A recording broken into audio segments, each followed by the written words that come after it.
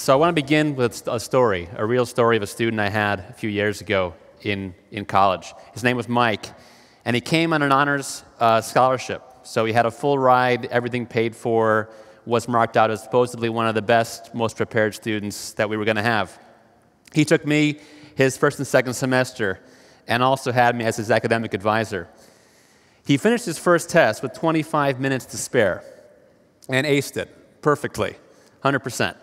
I talked to him afterwards, congratulating him, and he said he hadn't needed to try. It was too easy, apparently. I assured him that college would get harder, and that if he hadn't yet developed study skills, that might be a good idea. He shrugged, unmotivated. His next test was a little bit lower, and then the next one a little bit lower still. He began to skip class periodically. And it turned out he was becoming, on the side, the reigning video game champ in the dorms. By the second semester, Mike was scoring nothing higher than a D. That was all he was scoring.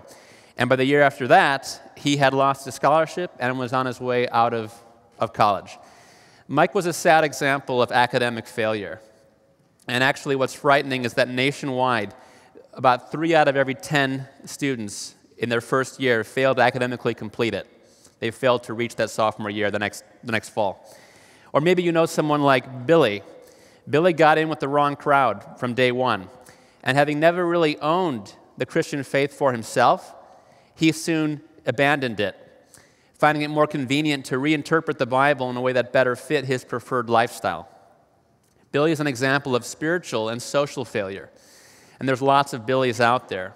In fact, parents, if you have children nearing the college stage, I would encourage you to take efforts to help them come to own the Christian faith for themselves, especially when they're still in your midst. Help them work through any intellectual doubts, as messy as that may be, and respect their minds and help them understand that there are cogent responses to their concerns. So I wrote Thriving at College this last year because college is a crucial in-between stage of life. You know, we start off as children in our parents' home, as Dr. Beakey was just discussing, and we go to college and we come out the other side, hopefully ready to enter the adult world and assume a responsible Christian, godly role in that society as a witness to Christ in whatever field God has called us to. But college has turned out to be, for many, an experience in which they abandon their faith, as I just described with Billy. For others, their faith remains intact, but college becomes a frivolous season of recreation and amusement, as it did for Mike. And they may or may not graduate, but they will not have reached their potential that they could have for God's glory. We're seeing unprecedented levels of delayed adolescence in our culture. Young men and women, even Christians, who fail to really launch. The average person in their 20s goes through 7 different jobs, just bouncing around from thing to thing. In fact, 1 out of every 3 men aged 22 to 34 still lives with their parents, never having really launched. That was another concern that I had in writing the book. I wanted the college years to be a launching pad into all that goes with responsible Christian adulthood. That's really what it should be. And the book attempts to run the gamut of the college experience, unpacking 10 common mistakes that students make, how to avoid them, and how to steer a God-honoring course. Topics include not just keeping the faith, but owning it for yourself and growing in it, embracing responsibility and being a person of initiative, loving God with all your mind, as opposed to the anti-intellectualism that Dr. Godfrey discussed this afternoon, growing in character and maturity, striving for academic excellence for God's glory, balancing work and recreation. This is a huge issue that students struggle with. They get to college and they have so much freedom, more freedom than they've ever had in their entire life, probably. And learning how to balance that responsibly and realize that I have to manage my time. I have to choose activities that make sense for why I'm here. Not just stumbling upon a major, but wisely discerning how God has wired them, how God has gifted them, where God is leading them, discovering a sense of vocation for themselves so that they really feel called to a particular line of work and not just with the world's ideals of trying to make a lot of money, but really wanting to honor God with your skills and gifts, that kind of motivation. Establishing godly friendships, including those with the opposite sex. We see a lot of problems in areas of dating and recreational romance activities that happen on the campuses. So really handling that area in a godly way is a major challenge, but also a major opportunity. And handling the transition from high school to college, just realizing what's happening, that college is not like high school. High school is a lot easier than college, and high school is a lot more structured than college. And I'll talk about that more a little bit later. Time management's a huge issue. Financial discipline. Many students get into credit card debt or other kinds of spending problems in the college years. And also honoring parents while cutting the cord. This whole area of delayed adolescence and also depending on mom and dad for too long. How do you honor God while moving into your own adult life? So that's discussed in the book. In the time we have here this afternoon, I just want to briefly unpack about 3 of these topics that are from the book. The first one, and the book is written really to students, as Dr. Morales described. It's been written so that high school students could pick it up as they're thinking about college, college freshmen, college sophomores, college juniors, and seniors. It's for students in that era, in that age group. So forgive me if at times I refer to you as if you're students. That's because the book is written really to students. Most of you are probably beyond those years. If you are, maybe think about a student in your life, maybe a son, a daughter, a nephew, a niece who might benefit from these kinds of principles. Okay, so the first one is growing in relational maturity.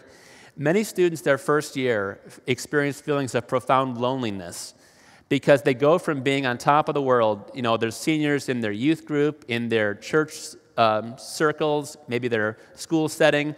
They know everybody, everyone knows them, they're respected, they're kind of the top of the world, so to speak, socially.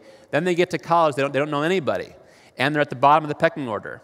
And many experience profound loneliness in that environment. And they may be tempted, and I've heard many students say this after they've had some rough times. I was tempted to do things I never thought I'd do, just to fit in, just to be a part of a group, just to be accepted. And so it's important that students go to school, go to college, making relational choices, not relational reactions, being intentional and not passive. When we make friends passively, it's essentially taking the easy road, going to a movie with whoever asks us. Someone knocks on our door and wants to play ping pong, we just say yes, and we go with the flow. And over time, we end up forming friendships mainly out of convenience, hanging out with the people who chose to pursue us, who chose to hang out with us. Maybe those in our hall, maybe those in our sport team, maybe those in a music group. Either way, we're not necessarily choosing and thinking about who we want to be with. And sometimes the easiest friends are not the best people to invest in. Maybe you have a friend named Jessica, and she's very, very funny and a blast to hang out with, but a slacker academically, and she complains about her work and doesn't share your Christian values, maybe tempts you to do things that your conscience is telling you not to pursue. So you got to decide, how much time am I going to invest in Jessica, who's easy to hang out with and who's right down the hall, or am I going to go think about making some friends elsewhere on the campus and really thinking about what character qualities I want to have in my friends, because the character qualities of my friends are going to become the character qualities that I have years from now. Some friends are particularly problematic, the ones that introduce students to the drinking and partying scene at many secular universities in particular. A recent study revealed that 4 out of 10 college students in these environments, these large secular institutions, participate at least occasionally in binge drinking. Now, when I say, I'm not talking about social drinking, I'm not talking about 1 or 2 drinks in a social environment, but drinking to get hammered and to get drunk as fast as possible. This is what these students are doing. And you ask yourself, why? Why would that be interesting? Well, it gets rid of the loneliness. It helps you have friends immediately right there. And it's also a way that students numb the stress and the anxiety of maybe not knowing if they're going to pass a class or whether they're going to be successful in a certain major, or whether they're going to find a summer job. Anxiety levels of students today are at an all-time high, in part because they have so many options, and in part because they're not sure what's going to happen when they graduate, economically, logistically. Where am I going to go? Where am I going to live? What am I going to do? So it's a way that some students numb the pain is through alcohol. It's another reason why it's important. If you have children that are going to go to college soon, help them assess the various social circles and student organizations that are available on that campus. You can actually go on the internet and see what student groups are there, which ones might be attractive for your son or daughter to check out and to consider being a part of. You want them to be able to find friends that can enhance their faith and really be the kinds of people that they can be proud of, the kinds whose character is going to rub off on them in a positive way. It takes work to be intentional. You have to think about it. You have to be proactive. And it starts with recognizing the biblical principle that whoever walks with the wise becomes wise, but a companion of fools will suffer harm. It's inescapable. Those who hang out with fools become fools. Those who spend time with the wise become wise. So help your son or daughter to recognize that and to be thoughtful about the process. If you make wise people your friends, if you intertwine your life with theirs and draw near to them in times of need, their wisdom will rub off on you. If you choose close friends whose character you admire at any age in life, who give you the courage and strength to do what's right, and who don't drag you down or tempt you to do things that you know are wrong, these are going to be the people that are going to strengthen you. They're going to be the kinds of people that help you put away sinful habits, put away the follies of your past, perhaps, and help you achieve big goals for God's glory. I've known young people over the years, raised in godly homes, who for whatever reason go to college and they find non-Christians easier to be friends with or better for them as close friends. And I wonder why, and it concerns me. And then a few years later, these professing Christians, who were at least once professing Christians, no longer profess. So they go to college, associate exclusively with non-Christians, exclusively, and then a few years later, they themselves are not walking with God. Why? Well, if you think about it, the more like-minded you are with somebody, the closer you naturally can be with them.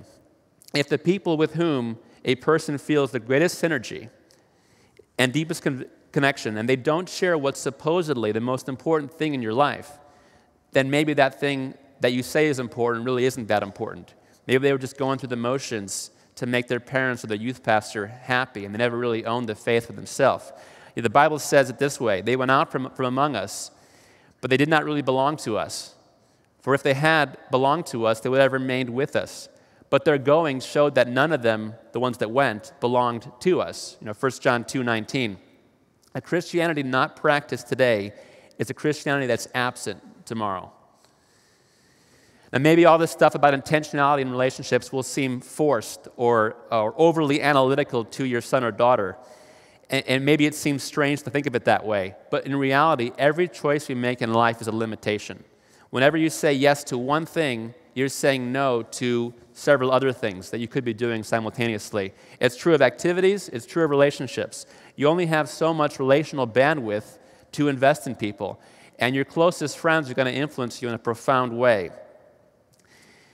So it's worth considering. It's worth being careful about that area. Sometimes the good is the enemy of the best. We miss out on the best opportunities by only doing those things that are merely good or acceptable. So be intentional in relationships and encourage those you know going to college to be intentional. One principle you can remember is be the kind of friend that you want to have, and you will attract others that have those same character qualities: a love for God, hardworking, disciplined, mature, servant, leadership, those kinds of qualities that you want to inculcate in your own life.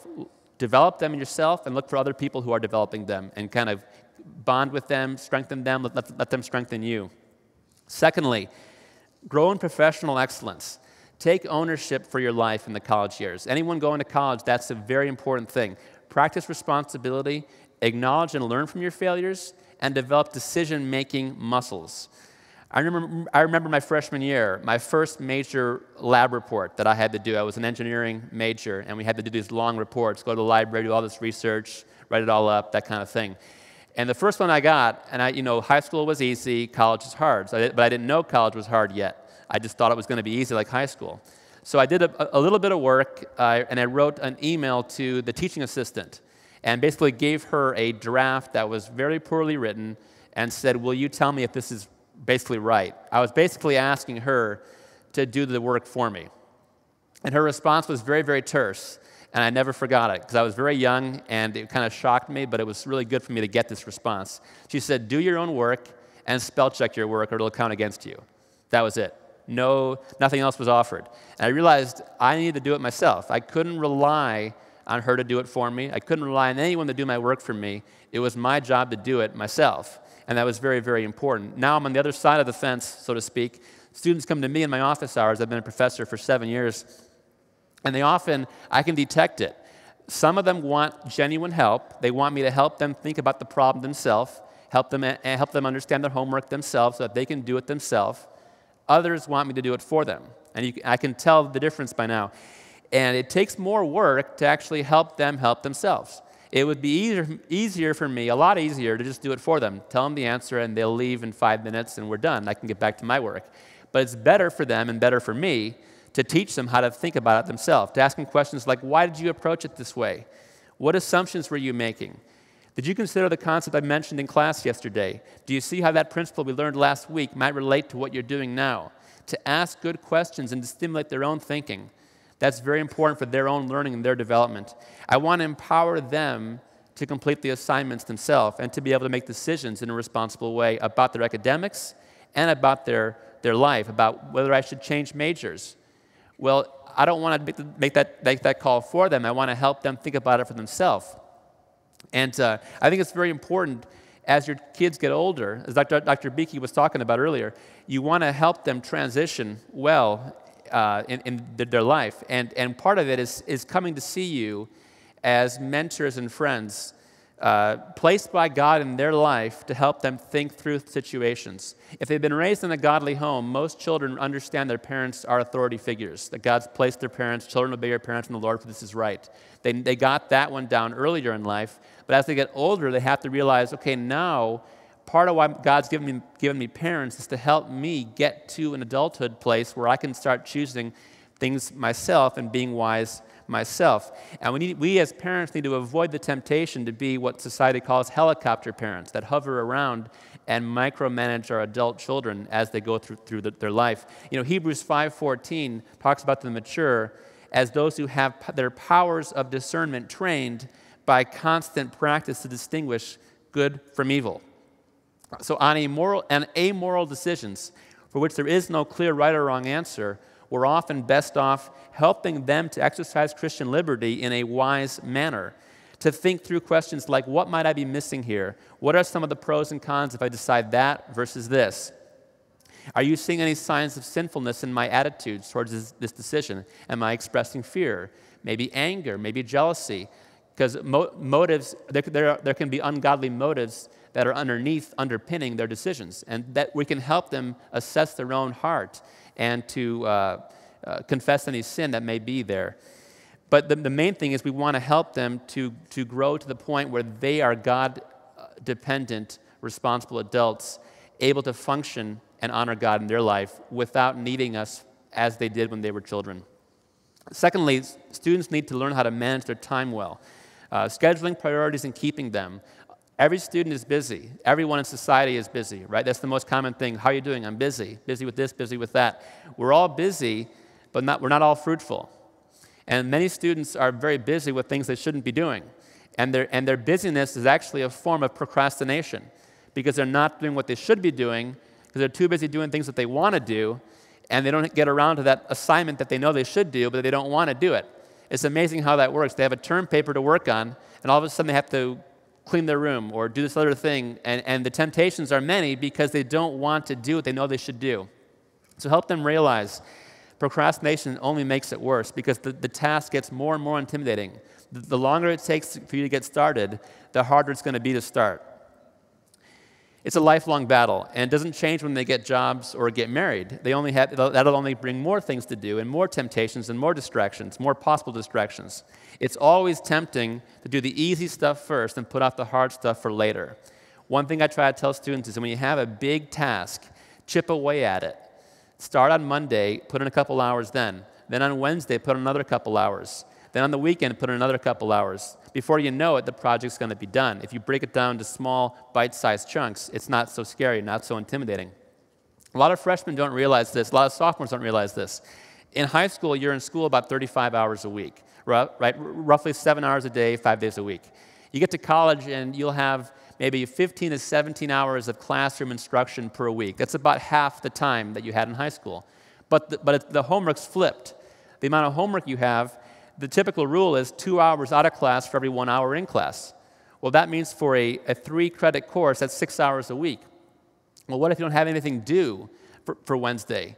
You can still read the textbook, keep up with your notes, make sure you're understanding what was covered Monday to make sure that you're ready when the test comes. Because the test is going to come, and it's going to assess what the professor said as well as what they told you to do outside of class. You may have stuff in the test that were never said in class, but that was included in the homework, and you were supposed to have read it, but you just forgot to do it because nobody was checking up on you. The test is your accountability. So college has fewer points of accountability, and it places more onus on the student. And students who realize that always do better. You can get ready before the all-nighter, and you can avoid the all-nighter if you've just been doing your work all along. Thirdly, make commitments with care and then keep them. You know, Psalm 15 tells us about that part of integrity is swearing to your own hurt and not changing. Keeping promises even when it's tough. If you set expectations with friends or with faculty and you don't keep them, it damages your reputation. People remember that. And it matters when you go ask for a letter of recommendation. I've had students ask me for letters of recommendation who have canceled plans with me at the last minute 4 or 5 times over the semester, and they ask me for me to do a recommendation for them.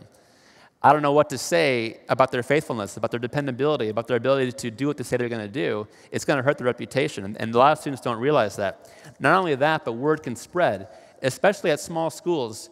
Professors talk about students the way students talk about professors. So students talk about professors, who they like, who they don't like, and professors do the same thing about students. So be careful, because your reputation can precede you. It can open doors, it can close doors.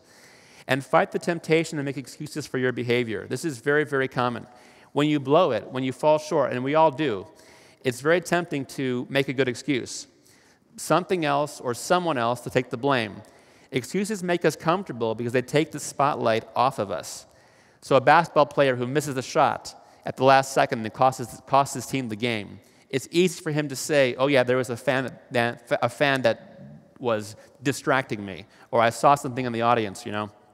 Making the excuse might make him more comfortable in that moment, but it actually increases the odds that he'll do the same thing again later. If you blow it on a test because you didn't use your time carefully, or you didn't manage your time the week before and you're studying, it's very tempting to make an excuse, but that excuse-making process short-circuits the learning.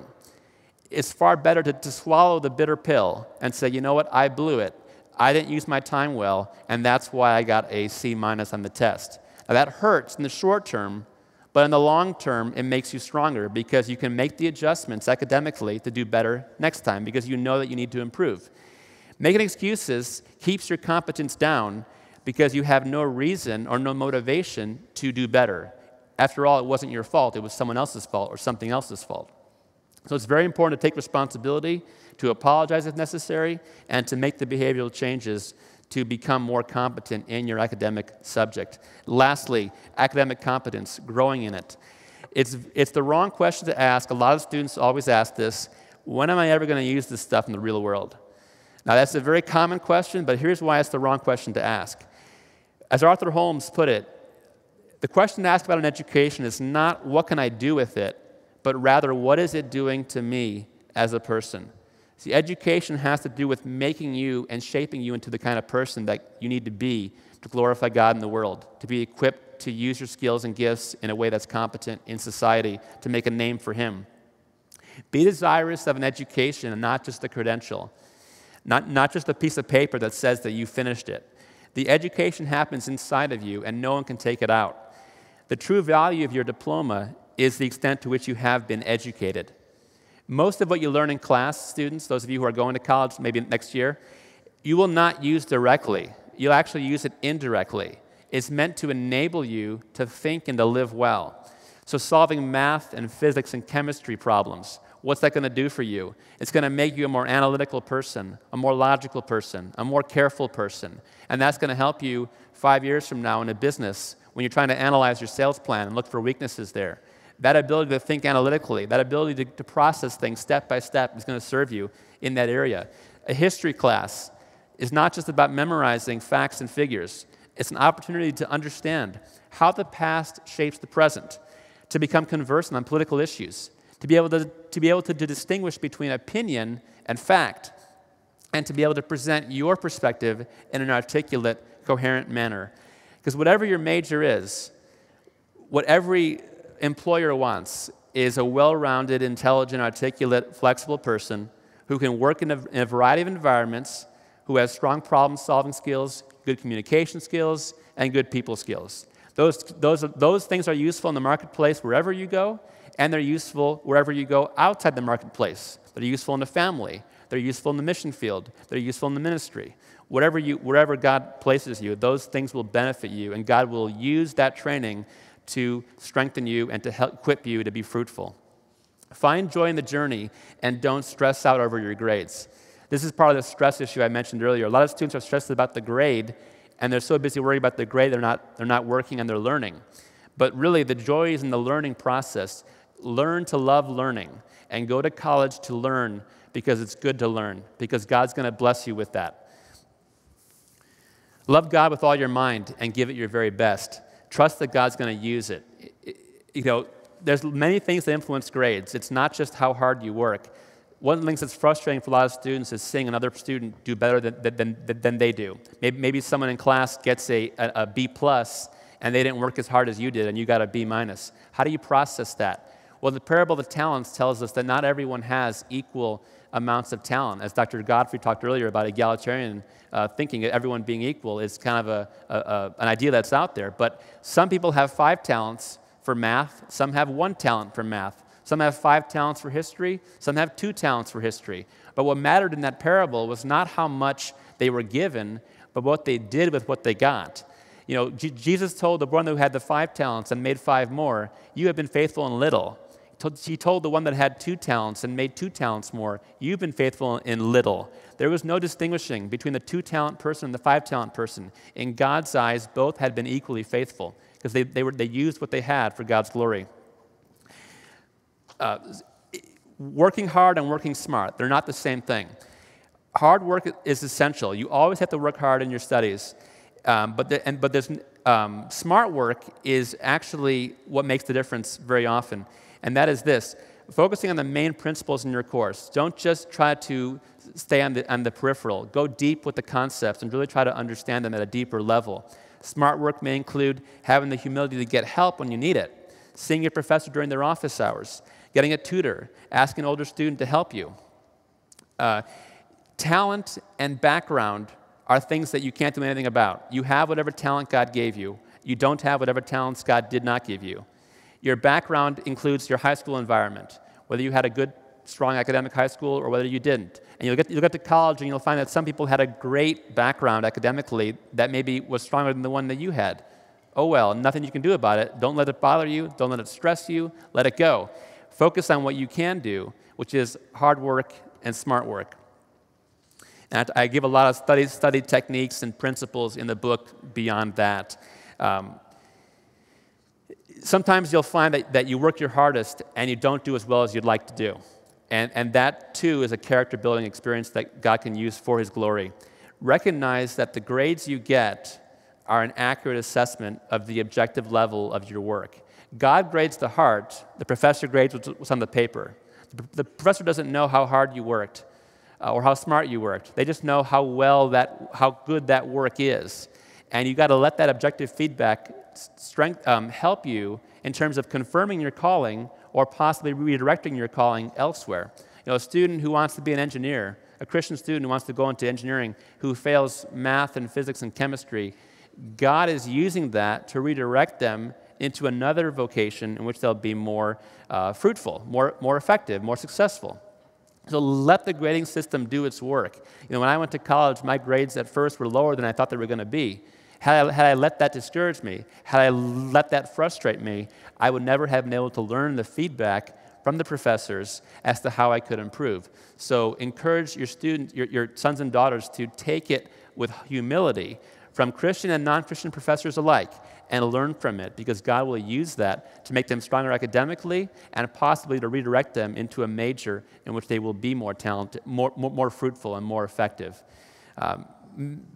Let's close in a word of prayer for our sons and daughters as they're going off to college. Heavenly Father, thank you for this time and the chance to speak about these matters. I pray that you'd bless our children. that we've poured our lives into, our hearts into. I pray that you would equip them for the challenges that come. I pray that we pray primarily that you would bless them with salvation, that you would help them to know you as Lord and Savior in a firm, clear manner, and help them to live in light of it all their lives. Help them to thrive at college and beyond for your glory and for your fame. We ask this in Jesus' name. Amen.